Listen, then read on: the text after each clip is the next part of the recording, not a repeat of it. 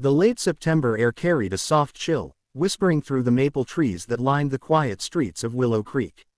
Leaves, painted in hues of amber and crimson, drifted lazily to the ground, carpeting the sidewalks in a mosaic of fall.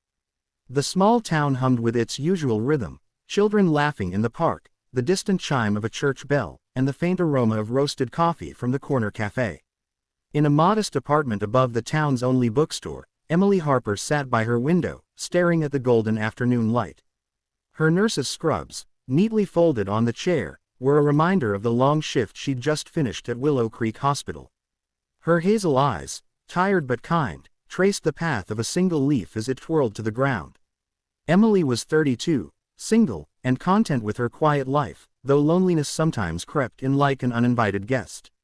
Her days were filled with caring for others, checking charts, soothing patients, offering smiles to those who needed them most.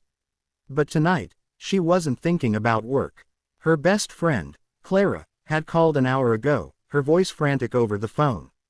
I can't make it to this blind date," Clara had said, her words tumbling out. "I'm stuck at the office, and this guy, he's expecting me at the Maple Bistro at 7. Please go in my place. I can't cancel on him again." Emily had hesitated. Blind dates weren't her thing. She preferred the comfort of her routine, her books, her chamomile tea, her little world where she could blend into the background. But Clara's pleading tone had worn her down, and Emily, ever the loyal friend, agreed. Now, as she slipped into a simple navy dress and brushed her chestnut hair into loose waves, she felt a flutter of nerves. Who was this man Clara had been so excited about? All Emily knew was his name, James Carter, and that he was a single dad. Clara had mentioned he was important, whatever that meant. The Maple Bistro was a short walk away, its warm glow spilling onto the cobblestone street. Emily arrived a few minutes early, her breath visible in the crisp air. The restaurant was cozy, with wooden tables, flickering candles, and soft jazz playing in the background. She gave the hostess Clara's name, feeling a pang of guilt for the deception, and was led to a corner table by a window. The view outside framed the town square, where fairy lights twinkled in the dusk. Emily smoothed her dress and waited, her fingers tracing the edge of a linen napkin. At exactly 7, the door opened, and a man stepped inside. Emily's breath caught. He was tall, with broad shoulders and dark hair slightly tousled, as if he'd run his hands through it one too many times. His charcoal suit was impeccable, but his eyes, deep blue and weary, told a story of their own. He scanned the room, and when his gaze landed on Emily, he paused, then approached with a cautious smile. "Clara?" he asked, his voice low and warm, like a fire on a cold night. Emily's heart raced. She could correct him now, explain the mix-up, and leave. But something about his eyes, the way they held both hope and hesitation, made her stay. "Hi," she said softly, standing to shake his hand. "I'm Clara. You must be James." He nodded, his smile deepening. "James Carter. It's nice to meet you." They sat, and the conversation began slowly, like a stream finding its way over pebbles. James was polite, attentive, but guarded. He spoke of his daughter, Lily, a 6-year-old with a love for painting and a habit of leaving glitter everywhere. Emily listened, her nurse's instinct picking up on the tenderness in his voice when he mentioned Lily, but also the weight he carried. He didn't mention his job at first, only that he worked long hours and that Lily was his world. Emily, in turn, shared stories of her work at the hospital, carefully avoiding her real name. She told him about the patients who made her laugh, the ones who broke her heart, and the quiet moments that kept her going. "You sound like you care a lot about what you do," James said, leaning forward, his eyes searching hers. "I do," Emily replied, her voice soft. "It's hard sometimes, but it feels right." The food arrived, warm bowls of butternut squash soup and crusty bread, and the conversation flowed more easily. Emily noticed the way James's hands moved, steady but slightly calloused, as if he wasn't just a man in a suit. She found herself laughing at his dry humor, surprised by how comfortable she felt. But beneath it all, the lie gnawed at her. She wasn't Clara. This wasn't her date. Every time he called her by her friend's name, guilt tugged at her heart. As the evening wound down, James glanced at his watch and sighed. "I should get back. Lily's with my sister, and I promised I'd read her a bedtime story. Emily smiled, picturing a little girl with glitter in her hair. That sounds sweet. James hesitated, then said, I wasn't sure about tonight. Blind dates, they're not really my thing. But I'm glad I came. Can I see you again, Clara?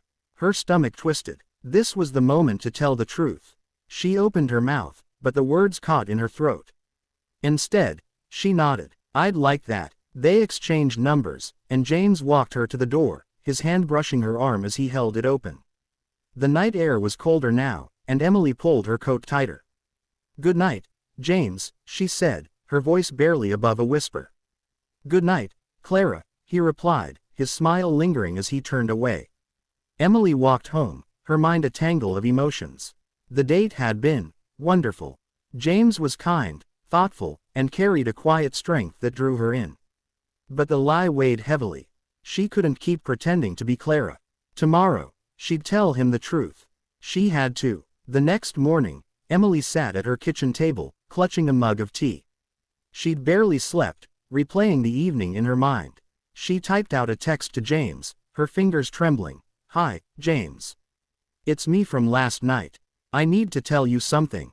I'm not Clara. My name is Emily. Clara couldn't make it, and I went in her place. I'm so sorry for not being honest. I'd understand if you don't want to talk again. She hit send and waited, her heart pounding. Minutes passed, then an hour. No response. Emily tried to distract herself with chores, but the silence was deafening. By noon, she was certain she'd ruined everything. Then her phone buzzed. A message from James. Emily. I appreciate your honesty. I was surprised, but I'd like to talk. Can we meet at the park this afternoon? Lily's got a playdate, so it'll just be us. Relief flooded her, mixed with nervous anticipation. At 2 o'clock, Emily arrived at Willow Creek Park, where the autumn leaves crunched underfoot. James was already there, sitting on a bench by the pond, his hands in his pockets. He stood as she approached, his expression unreadable. Hi, she said, her voice small. Hi, he replied, gesturing for her to sit. So, Emily. She nodded, her cheeks flushing. I'm so sorry, James. I didn't mean to lie. Clara was in a bind, and I don't know why I didn't tell you right away. James looked out at the pond, where ducks glided across the water. I get it, he said after a pause. I wasn't completely honest either. I didn't tell you I'm the CEO of Carter Enterprises. I don't usually lead with that. People treat me differently when they know. Emily's eyes widened. Carter Enterprises was a name even she recognized, a company that built everything from hospitals to schools. No wonder Clara had called him important. I figured you deserved the truth after you gave me yours, James continued. Last night, it was the first time in a long time I felt like I could just be me. Not the CEO, not Lily's dad, just me. Emily's heart softened. I felt that too, she admitted. I haven't connected with someone like that in ages. They sat in silence for a moment, the breeze carrying the scent of pine and earth. Then James turned to her, his blue eyes steady. So, Emily Harper, would you like to try this again? A real date, no pretending. She smiled, a warmth spreading through her. I'd love that. Over the next few weeks, Emily and James saw each other often. Their dates were simple. Coffee at the cafe, walks in the park, quiet dinners at the Maple Bistro. Emily met Lily, a bright-eyed girl with a contagious laugh, who showed her a glitter-covered painting of a rainbow. James opened up about his life, how he'd lost his wife 3 years ago, how he'd thrown himself into work to cope, leaving little time for anything else. Emily shared her own story, her long hours at the hospital, the patients who felt like family, the quiet ache of wanting more than her solitary life. One evening, as winter approached and the first snow dusted Willow Creek, James invited Emily to his home. Lily was asleep upstairs, and the living room glowed with the light of a crackling fire. James handed Emily a mug of hot cocoa, his fingers brushing hers. I've been thinking, he said, his voice low. I don't want to let you go, Emily. You've brought something into my life, into Lily's life, that I didn't think I'd find again. Emily's breath caught. She set her mug down, her hands trembling. I feel the same, she whispered. You and Lily, you've become so important to me. He reached for her hand, his touch warm and steady. Then stay, he said simply. Be part of this. Be part of us. Tears pricked Emily's eyes as she nodded. In that moment, surrounded by the quiet of the snow and the warmth of the fire, she knew she'd found something real. The blind date that had started with a lie had led her to a truth she hadn't expected, a chance at love, a family, a home.